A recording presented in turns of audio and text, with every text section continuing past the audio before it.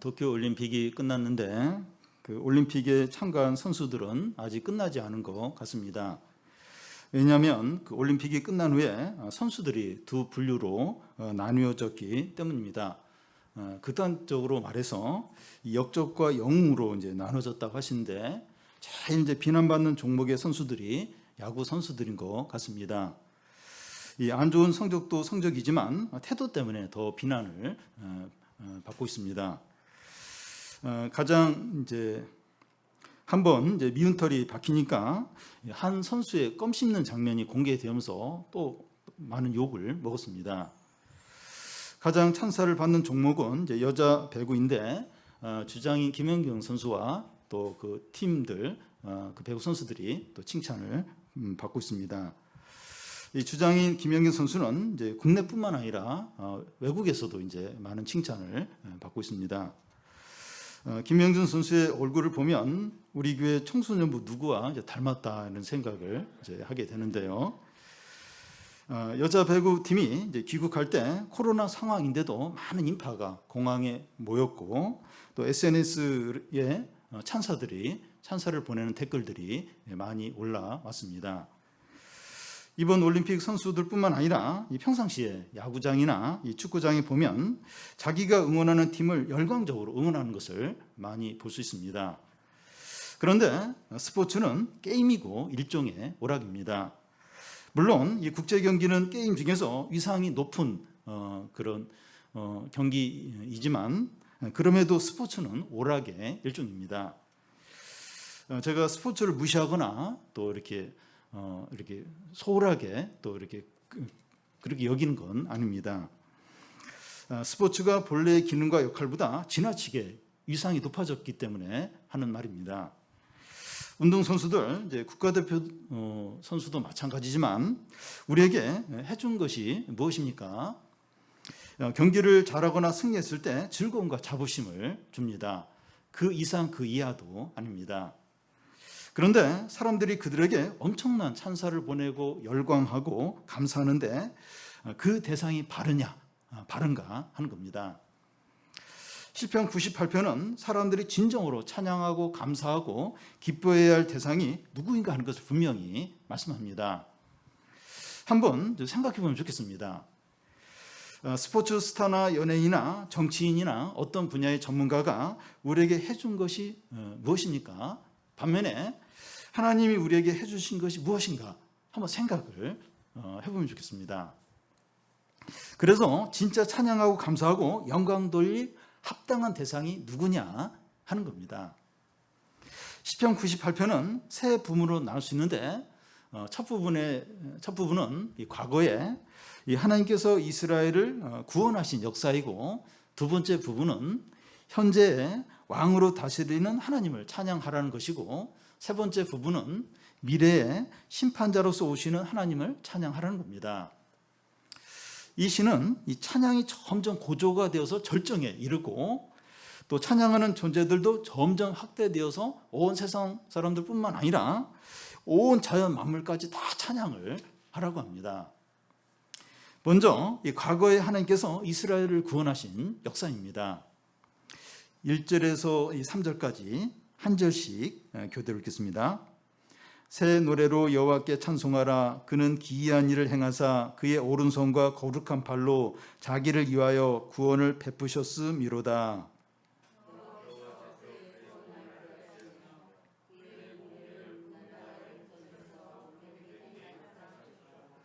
그가 이스라엘의 집에 베푸신 인자와 성실을 기억하셨으므로 땅끝까지 이르는 모든 것이 우리 하나님의 구원을 보았도다.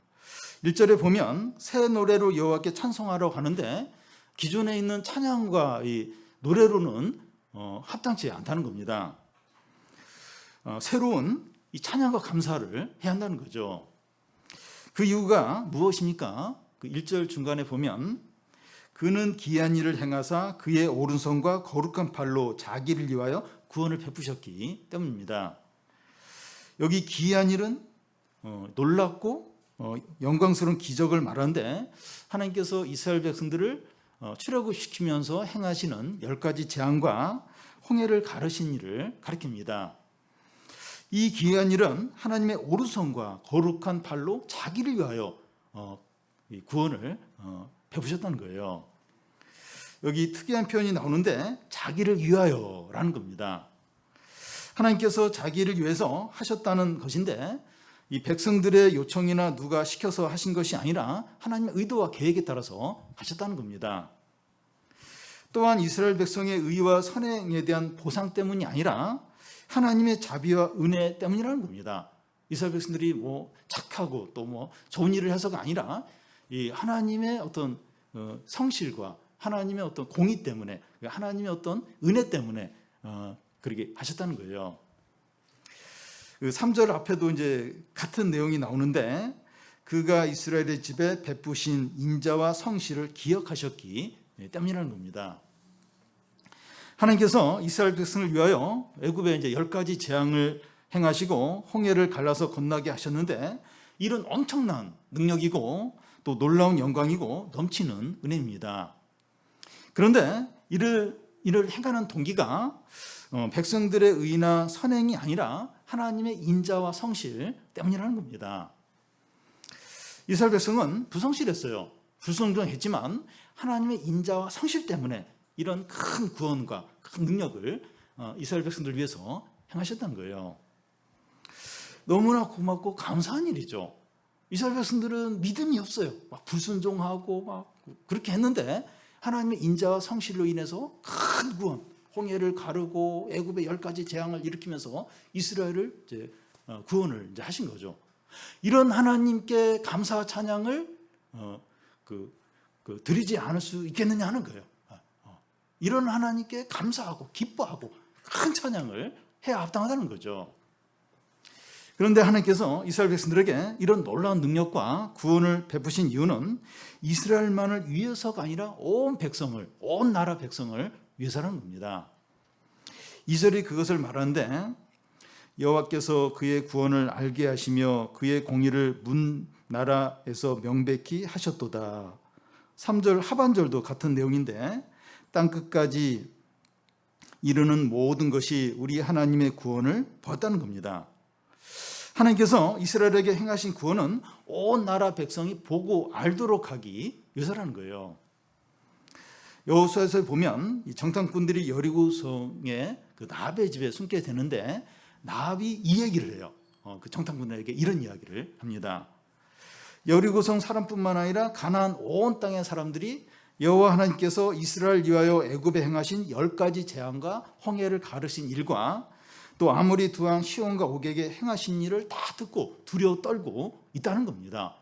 그러니까 이스라엘 백성들은 이런 일이 이제 자기들에게 일어난 일이고 자기들만 아는 줄 아는데 온 땅의 백성들이 여호와 하나님이 이스라엘 백성들에게 행하신 큰 구원과 능력을 다 듣고선 두려워 떨고 있다는 겁니다. 이것이 복음이죠. 하나님께서 행하신 일을 들었을 때 항복하고 나오라는 겁니다. 이스라엘 백성뿐만 아니라 많은 나라들이 하나님께서 행하신 일들을 듣고 구원받아야 한다는 거예요. 그러니까 하나님 이스라엘 백성들에게 출애굽의 기적과 홍해를 가르는 그런 구원을 해 주셨는데 단지 이스라엘 백성들만을 위해서가 아니라 그 소식을 듣고 모든 나라 백성들이 하나님께 나와서 구원을 받아야 한다는 거예요. 이것이 이제 구약에서부터 하나님의 계획과 뜻입니다. 이건 우리가 알기로는 신약에서나 이제 이렇게 땅끝까지 복음을 전해라 하면서 신약에서나 이제 이렇게 이루어질 어떤 하나님의 뜻으로 알고 있는데 그게 아니지. 시편 여기서부터 온 나라 백성들이 이걸 알아야 된다는 거예요. 그리고 구원을 받아야 한다는 겁니다. 이게 하나님의 뜻이고 계획이라는 거예요.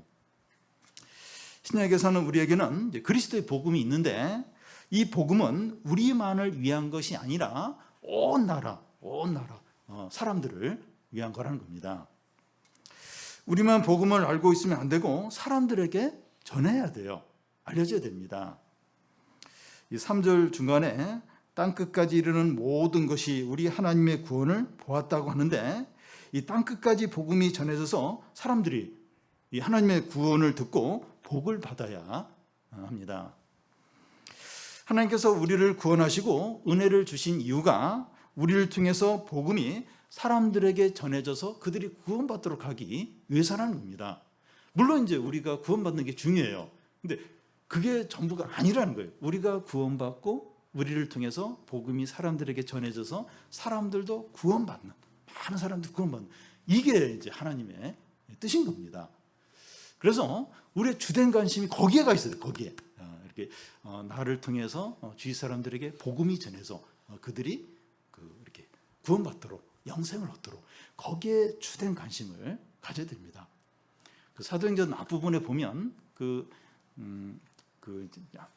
하나님의 백성들이 막 핍박을 받아요. 그러면서 막 사방으로 흩어집니다. 사마리아로 도망가고 막 여러 곳으로 막 흩어지고 도망을 가게 되는데, 이제 거기 가서 복음을 전해요. 그래서 막 복음이 막 그 사방에 이제 전해지면서 막 이방인들이 하나님께로 돌아오게 됩니다. 근데 만약 그런 핍박이 없었으면 그 이스라엘 백성들은 절대 예루살렘을 안 떠나요. 계속 거기서 모여서 자기들만 막 이렇게 막 예배드리고 은혜를 받았을 텐데, 이 핍박이 오면서 흩어져요. 그래서 어쩔 수 없이 그 많은 사람들에게 복음을 전하게 되죠. 그래서 우리의 주된 관심이 내가 얼마나 행복하고 얼마나 이렇게 안정적으로 잘 사는가, 이것보다도 내가 좀 고생을 하고 어려움이 당하더라도 이렇게 나를 통해서 복음이 전해져서 사람들이 이렇게 하나님을 알게 되고 구원받고, 그러면 된 거예요. 그러면 된 겁니다. 질병이 생기면 이제 그 아픈 사람들이 눈에 들어와요. 그러면서 그들에게 이렇게 또 우리 관심을 갖게 되고 기도하게 되고 또 이제 하나님 말씀을 같이 나누게 되고, 그러면서 이제 이렇게 아픈 사람들에게 또 복음을 전하는 기회가 되고, 또 뭐 여러 가지 경제적으로 어렵든지 뭐 여러 가지, 그걸 통해서 또 이제 사람들에게 이렇게 가까이 그런 하면서 이제 그들에게 복음을 전하게 되고. 그래서 우리 주된 관심은 내가 얼마나 행복하고 안정적으로 경제적으로 잘 지내는, 이것보다도 나를 통해서 어떻게 복음이 좀 전해지고 사람들이 하나님을 알게 되고 구원받게 되고, 여기에 이제 주된 관심을 가지죠. 그러니까 우리가 이제 나중에 남는 게 그것밖에 없어요. 얼마나 행복하게 잘 지냈느냐, 얼마나 멋있는 데 가서 잘 놀다 왔느냐, 이게 아니고 내 어떤 형편과 처지에 따라서 나를 통해서 복음이 전해지고 누가 얼마나 많은 사람들이 하나님께 돌아왔느냐, 구원받게 되냐, 이게 남죠. 이게 이제 제일 귀한 거죠. 다음은 현재 온 세상을 다스리는 하나님을 찬양하라는 겁니다. 4절부터 6절까지인데 같이 이제 읽겠습니다. 온 땅이여 여호와께 즐거이 소리칠지어다. 소리내어 즐겁게 노래하며 찬송할지어다. 수금으로 여호와를 노래하라. 수금과 음성으로 노래할지어다. 나팔과 호각 소리로 왕이신 여호와 앞에 즐겁게 소리칠지어다. 방금 앞 그 1절에서 3절까지 하나님께서 이스라엘을 구원하신 것이 단지 이스라엘만을 위한 것이 아니라 온 세상 나라들을 위한 거라고 했습니다. 그래서 온 세상 나라 백성들이 하나님의 구원을 얻게 되는데, 그들이 이제 구원을 이제 알게 됐는데, 그 알게 되었을 때 그들이 어떻게 해야 하느냐 하는 것이 방금 읽은 4절에서 6절까지입니다. 온 땅에 하는데 온 땅의 모든 백성을 말합니다.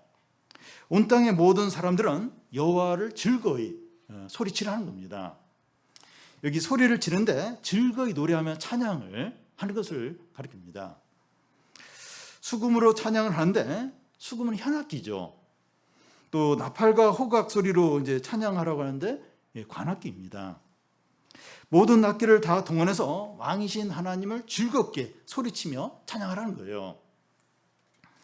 앞에 그 1절에서 3절에서는 하나님께서 과거에 이스라엘을 놀라운 능력으로 구원하셨음을 찬양했는데, 이 4절에서 6절까지는 현재 그 여호와 하나님께서 왕으로 다스리면서 구원을 이제 행하시는 것을, 이걸 찬양을 하는 겁니다. 이 시편이 이제 지어졌을 때 그 현재에 지어졌을 그때 현재에 하나님께서 이스라엘 백성들에게 어떤 구원을 행하고 계십니까? 바벨론 풀에서 귀환해서 예루살렘 성벽을 다시 쌓고 성전을 재건하게 이제 하셨습니다. 시편 98편이 이제 매일 성경 본문인 이제 이사야 이사야서 말씀과 비슷한 내용이 비슷해요. 예. 요즘 이사야 말씀이 이제 시온의 회복에 대한 말씀인데 이 시편의 말씀과 유사합니다. 그러니까 이제 시편, 그러니까 이사야 뒤편으로 가면 이제 시온의 회복, 이스라엘 회복을 이제 계속 말씀하세요. 근데 방금 우리가 읽은 말씀과 비슷해요. 아주 비슷합니다. 한 곳을 예로 들면 그 51장 그 3절을 보면 나 여호와가 시온의 모든 황폐한 곳들을 위로하여 그 사막을 에덴 같게 그 광야를 여호와의 동산 같게 하였나니 그 가운데 기뻐함과 즐거움과 감사함과 창화하는 소리가 있으리라. 하나님께서 이스라엘 백성들을 바벨론 포로에서 돌아오게 해서 황폐했던 곳을 에덴 동산같이 회복시킴으로 백성들이 기뻐하고 즐거워하고 감사하는 소리가 가득한 겁니다. 이 말씀의 진정한 성취는 이제 예수 그리스도가 사람들을 죄에서 구원하심으로 기뻐하고 즐거움으로 이루어집니다. 신약 성경에 예수님 만나서 재용서 받은 사람들의 반응이 나오는데 삭개오나 사마리아 여인을 보면 얼마나 기뻐하는지 모르고 또 이런 사람들이 모인 공동체가 이제 사도행전의 그 앞부분에 나오는데 얼마나 기뻐하며 찬양하며 즐거워하는지 모릅니다. 그들이 모여서 이제 예배하고 또 교제하고 또 찬양하면서 얼마나 행복해하고 즐거워하는지 이런 모습을 볼 수 있습니다. 여러분, 그 믿지 않는 사람들도 기뻐하고 믿는 사람들도 기뻐하는데 이 구원을 경험할 때 그러합니다. 그런데 이 구원에 대한 생각이 근본적으로 다른데 이 세상 사람들이 생각하는 구원은 가난에서 벗어나고 시험에 합격하고 취업하고 아파트 청약에 당첨이 되고 또 인기를 얻고 질병에서 낫는 것을 구원이라고 생각합니다. 이런 일이 일어났을 때 너무나 행복해하고 기뻐하고 모든 그 어려움이 해결된 것처럼 기뻐합니다. 그러니까 세상 사람들의 구원은 시험에 어려운 시험에 합격하는 거예요. 또 아파트에 당첨이 되는 겁니다. 서울 어디에 이번에 5채 이렇게 그게 이제 나왔는데 그 5만 대 1이라고 경쟁률이 5채가 나왔는데 뭐 20 몇만 명이 이제 그 지원을 한 겁니다. 거기에 당첨이 됐다. 그게 이제 그 당첨만 되면 15억이 남는다 그래요. 거기 당첨된 구원받은 거죠, 구원. 그러니까 세상 사람들은 그런 좋은 일이 생겼을 때 구원받았다고 여기면서 얼마나 행복해하는지 모릅니다. 근데 믿는 자들도 이제 이런 일로 기뻐하지만 우리가 생각하는 구원은 죄 용서받고 영생을 누리는 겁니다. 우리는 죄 용서받는 것이 얼마나 중요한지 잊을 때가 있어요. 이 죄 용서받는 거? 이게 뭐 좋은 일인가? 잊어버릴 때가 있는데 예를 들겠습니다. 이정 삼성 부회장이 오늘 사면을 받아서 감옥에서 나왔습니다. 그는 우리나라에서 재산이 2번째로 많아요. 그리고 세계적인 기업의 대표이고 또 잘생겼어요. 잘생겼습니다. 그런데 이 불법을 행해서 200여일 동안 감옥에 갇혀 있었고 아직도 프로포폴 투약 그것과 또 이 불법으로 이렇게 계승 불법 승계 문제 그 재판이 아직 남아 있습니다. 그의 많은 재산과 사회적인 지위가 죄 때문에 즐거움이 못 됩니다. 한 예를 더 들면 그 여자 배구 국가대표의 이재영, 이다영이라고 아주 잘하는 두 쌍둥이 자매가 있는데 전에 학폭 문제 때문에 이번 올림픽에 출전을 못했습니다. 그러면서 그 두 사람이 같이 했으면 훨씬 더 이렇게 잘했을 텐데 근데 학폭 문제 때문에 이게 안 되는 거예요. 국가대표 자격을 박탈당했습니다. 죄라는 것이 그의 높은 지위와 뛰어난 재능과 대단한 인기를 아무것도 아닌 것으로 만드는 거예요. 무슨 죄 문제가 있으면 이게 아무 소용이 없어요. 거기서 다 내려와야 되고 다 이제 잃어버리는 거죠. 그런데 죄가 있는데 죄 용서를 받거나 무혐의로 이제 판정이 나면 이것보다 더 크고 감사하고 좋은 일은 없는 거죠. 그런데 죄가 없는 사람이 있습니까? 모두가 죄의 종입니다. 그런데 모든 사람에게 그래서 이제 모든 사람에게 고통과 불행과 절망과 슬픔과 미움과 다툼과 시기와 탐욕과 분노가 있는 겁니다. 모든 사람이 본질적으로 거라사 광인처럼 미쳤습니다. 뭐에 빠져 있어요. 빠져 있고 뭐에 사로잡히고 분노를 참지 못하고 다 본질적으로 그런 상태에 있습니다.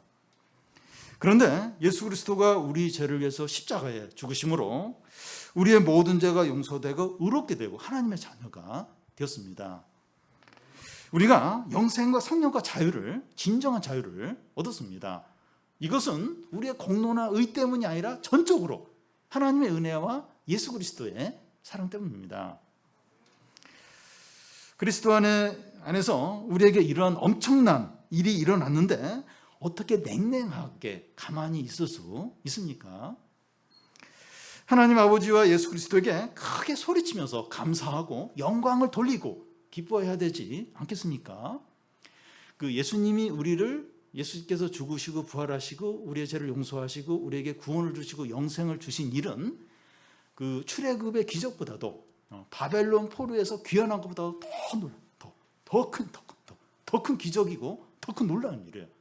근데 이런 일을 경험하고 나서도 냉랭하게 아무 일도 안 일어난 것처럼 그렇게 지낼 수 있느냐 하는 겁니다. 세상 사람들이 스포츠 스타와 연예인에게 그렇게 열광을 하는데 우리는 주님께 무관심하고 냉랭하고 이렇게 찬양할 일도 없는 것처럼 어떻게 그렇게 할 수 있느냐 하는 겁니다. 그렇지가 않죠. 더 기뻐하고 더 감사하고 더 찬양하고 더 열광적으로 하나님께 이렇게 찬양을 드려야 되죠. 마지막으로 미래의 심판자로 오실 하나님을 찬양하라는 겁니다. 7절에서 9절까지 한 절씩 읽겠습니다. 바다와 거기 충만한 것과 세계와 그 중에 거주하는 자는 다 외칠지어다.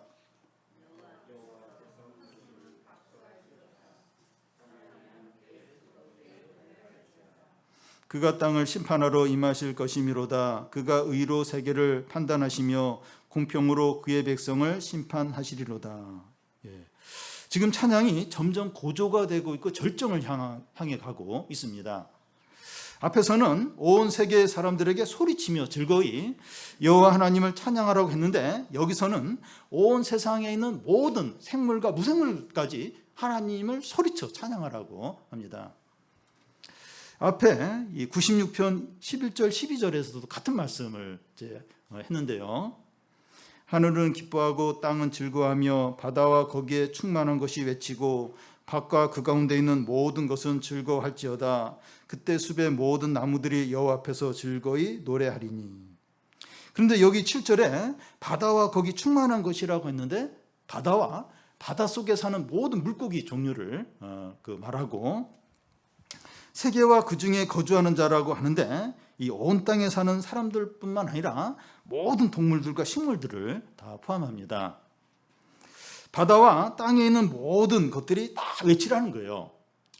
우리 청소년 캠프를 하다 보면 찬양의 밤 때 그때 이제 청소년 교사들 할 것이 소리 지붕이 날아가듯이 그렇게 크게 기쁨으로 찬양을 합니다. 자연에 있는 모든 것들에게 이렇게 찬양을 하라는 거예요. 자연. 이 하나님 백성뿐만 아니라 자연의 모든 것들도 이렇게 엄청나게 크게 찬양을 하라는 겁니다. 이런 찬양을 들을 수 있는 곳이 있는데 어린이 대공원입니다. 며칠 전에 이 대공원을 이제 산책하러 갔다가 대공원에 가까이 갔는데 어떤 큰 굉음이 막 이제 들리는 겁니다. 저는 이 대공원에서 무슨 공사를 하나 이러면서 가까이 가봤더니 이 매미 소리였습니다. 매미가 이제 그냥 우는 게 아니라 악을 쓰면서 우는 거예요. 제가 그동안 여름마다 이제 매미 소리를 들었는데 이번처럼 매미가 악을 쓰면서 막 우는 건 처음이에요. 처음 듣습니다. 우리 교회 집사님 중에 한 분은 매미 소리 때문에 머리가 아파서 대공원에 산책을 못 가겠다 이렇게 하는 분도 있습니다. 바다에는 모든 물고기들과 온 땅의 모든 생물들이 매미가 악을 쓰면서 이렇게 우는 것처럼 표현이 좀 그렇지만 큰 소리로 온 힘을 다해서 찬양을 하라는 겁니다. 땅에 있는 모든 생물들, 그리고 뭐 바다에 있는 모든 물고기들도 큰 소리로 외치면서 찬양을 하라는 거예요. 또 8절에 보면 여호와 앞에서 큰 물이 박수를 할지어다 산악이 함께 즐거워 노래하라는 겁니다.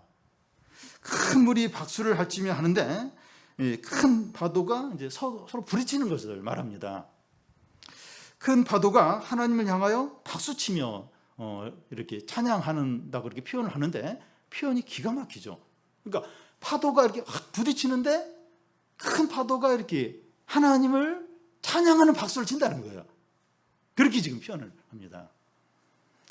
산악이 함께 즐거워한다고 하는데 여기 산악은 히말라야 산맥이나 안데스 산맥처럼 뭐 고도가 5,000m, 6,000m 이상 되는 큰 산을 말합니다. 이 산들이 하나님 앞에서 함께 즐겁게 찬양하라는 겁니다. 이 높은 산들이 다 하나님께 찬양하라는 거예요. 언제 자연만물이 하나님께 이렇게 찬양을 합니까? 로마서 8장 19절 그 21절에 나오는 것처럼 피조물이 고대하는 것은 하나님의 아들들이 나타나는 거예요. 피조물도 썩어짐의 종로로 파는 데서 해방되어 하나님의 자녀들의 영광의 자유에 이르기를 원합니다. 주님이 다시 오시고 하나님의 자녀들이 온전히 나타날 때 모든 자연만물이 이렇게 찬양을 하게 돼요. 찬양 이렇게 막 이 큰 산들이 막 이 바다들이 막 함께 엄청난 찬양을 이제 온전히 하게 됩니다. 온 세상 만물이 하나님께 열렬하게 찬양하는 이유가 무엇입니까? 9절에 그가 땅을 심판하러 임하실 것이미로다. 그가 의로 세계를 판단하시며 공평으로 그의 백성을 심판하시로다. 하나님께서 임하셔서 세상을 심판하신다는 말씀은 앞에 그 96편 그 13절에도 있는데 그가 임하시되 땅을 심판하러 임하실 것임이라. 그가 의로 세계를 심판하시며 그의 진실하심으로 백성을 심판한다는 겁니다. 하나님께서 땅에 임하셔서 의와 공평으로 세계를 심판하신다는 것을 왜 열렬히 찬양해야 합니까? 약간 겁이 나죠. 하나님이 심판하러 오시는데 왜 찬양을 해야 되나? 근데 왜 하나님이 의와 공평으로 세상을 심판하러 오시는데 왜 찬양을 해야 합니까?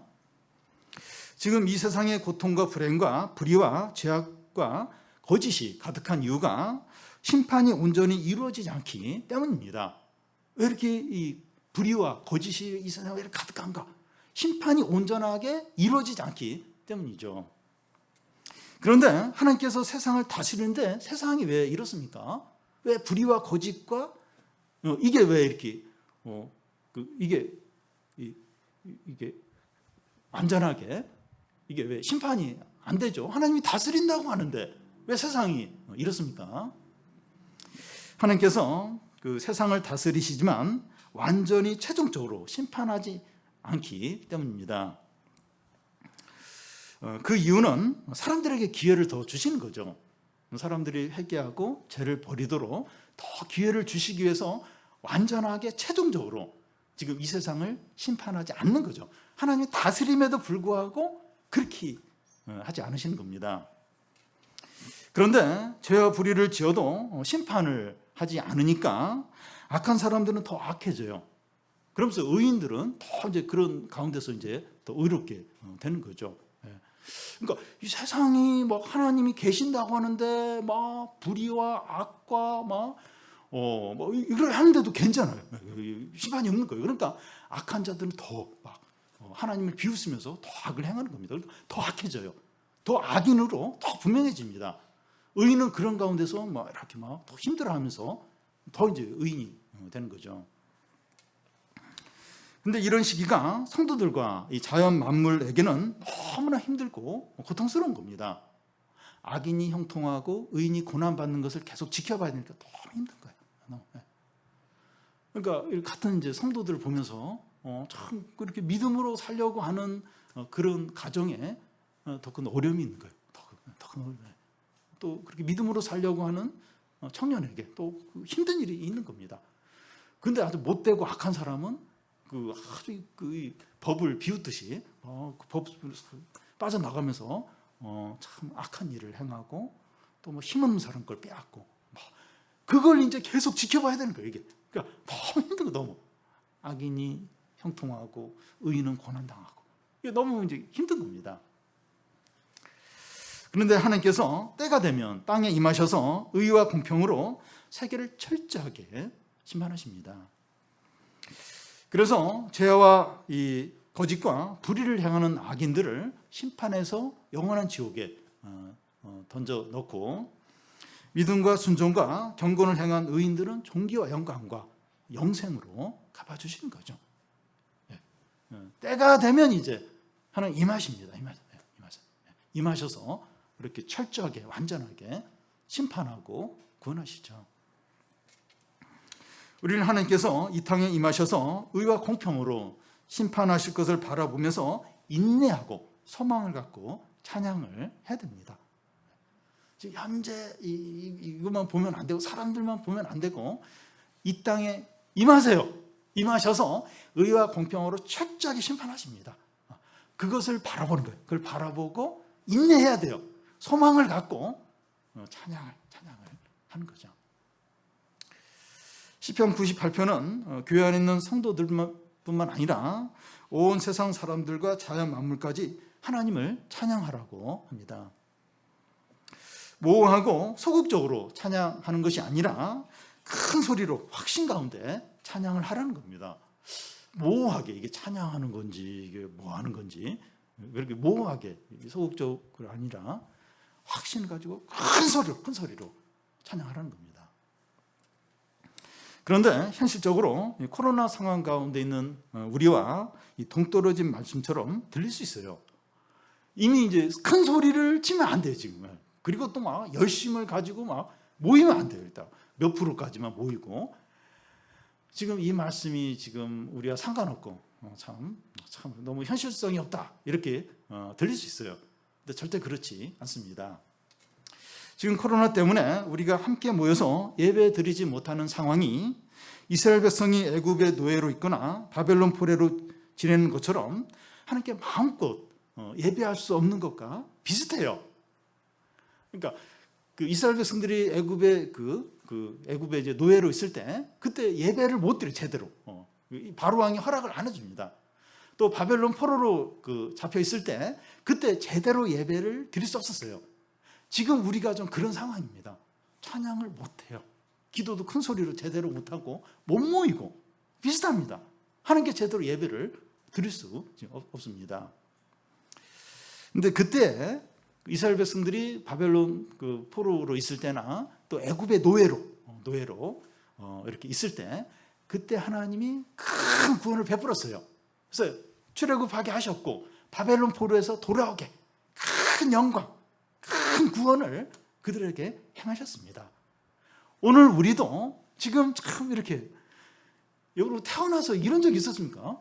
이런 적 이렇게 못 모이고 이런 처음이죠. 지금 이런 답답한 이런 힘든 이런 상황 가운데서 그때 하나님께서 행하신 큰 구원과 능력과 부흥을 달라고 기도하는 거죠. 지금 그렇게 우리가 뭐 큰 소리로 막 이렇게 기도하고 찬양하고 그러지는 못하지만 그 하나님의 그 출애굽 때의 큰 구원, 바벨론 포로에서 돌아오게 하던 그 큰 능력, 그 구원을 영광을 행해달라고 지금 구하는 겁니다. 지금 우리가 지금 이렇게 이 코로나 이 시대를 지금 이걸 겪으면서 그 구원과 큰 능력과 부흥을 달라고 구하는 거죠. 간구하는 거죠. 그러면서 그 하나님을 바라보면서 찬양하는 거죠. 근데 우리는 이미 예수 그리스도의 큰 구원을 받아서 이 출애굽이나 바벨론 포로 귀환보다 더 놀라운 영광과 은혜를 경험했습니다. 우리가 지금 예수 그리스도의 구원을 경험했는데 이 구원은, 이 능력은, 이 은혜는 바벨론 포로에서 돌아온 거 그리고 애굽에서 이렇게 구원받은 것보다 훨씬 더 큰 구원이고 능력입니다. 하나님의 아들이 죽었어요. 그리고 다시 부활했습니다. 그리고 하늘로 승천하셔서 성령을 보내주셨어요. 그리고 예수님 믿는 사람마다 죄 용서를 받고 하나님의 자녀가 되고 영생을 얻고 이 구원을 이미 우리는 경험을 했어요. 이 은혜를 이미 받았습니다. 엄청난 구원과 엄청난 영광을, 엄청난 은혜를 이미 맛보고 이미 경험을 한 것이죠. 우리는 하나님께 감사하고 찬양하고 기뻐해야 될 이유를 충분히 가지고 있습니다. 우리 현실적으로 좀 어려워요. 어려운데 이게 아무것도 아닌 게 될 정도로 우리는 이미 큰 구원을 경험했죠. 기뻐하고 감사하고 찬양할 충분한 이유를 가지고 있습니다. 주위 상황이나 어려움만 바라보지 마시고 하나님의 큰 구원과 은혜와 사랑으로 인해서 크게 기뻐하고 확신 가운데 찬양하시기 바랍니다.